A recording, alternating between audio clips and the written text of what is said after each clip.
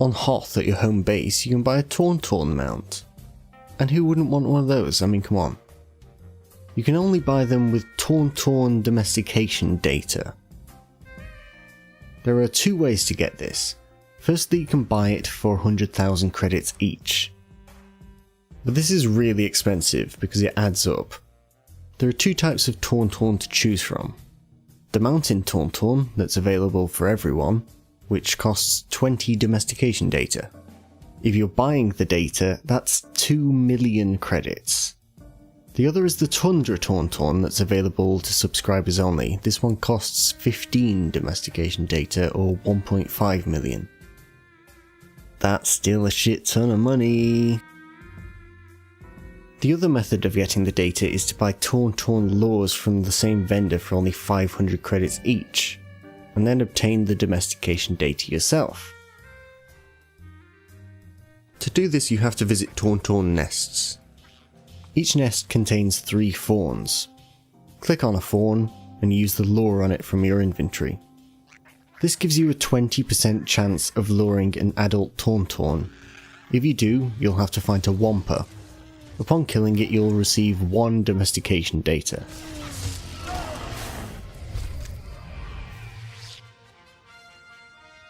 Most of the time it will just fail to lure. Either way, make sure to use a lure on all 3 fawns in the nest before moving on.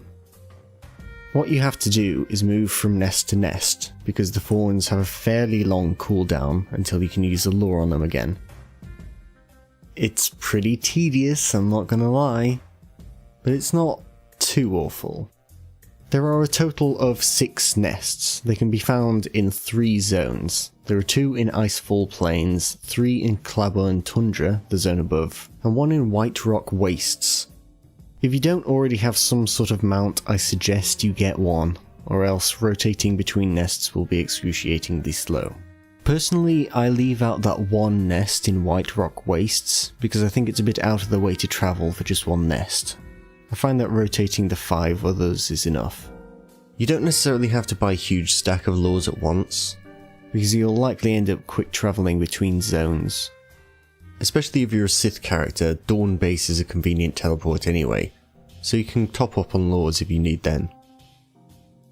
Buying in chunks just helps me cut down on the amount of money wasted on leftovers at the end. This time I got 2 Wampas on the same nest, because I'm super strong with the Force or some shit, I guess. Other older tutorials on the internet will tell you that you can switch instances to use separate cooldowns for the nests. This does still work. Different instances do have their separate cooldowns for you to use, although how you change instances has changed a bit and seems to be continuing to change. I think this change instance with Hoth 1, Hoth 2, Hoth 3 used to be down here on your map. Now you only have switching between PvE and PvP down here, which you can do. But on your world map, down here you do have this menu with 3 instances in this case. You've got the PvE, the PvP, and another one. However, alternate instances can't always be travelled to. And although you can always switch between PvP and PvE, doing that has its own cooldown which gets longer after the first time. And although switching from some nests will spawn you where you left, others will place you at a nearby medical droid. But it's there, you can use it, you can throw it in your rotation, it will help. What you can also do is use other characters. The domestication data isn't bound, so it can be put in your legacy storage no problem. So if you have another character on your legacy with access to Hoth and a stronghold with legacy storage, you can rotate nests on them as well, and then transfer the data to your other character. This will definitely speed up the process, especially if you have multiple characters to do this with.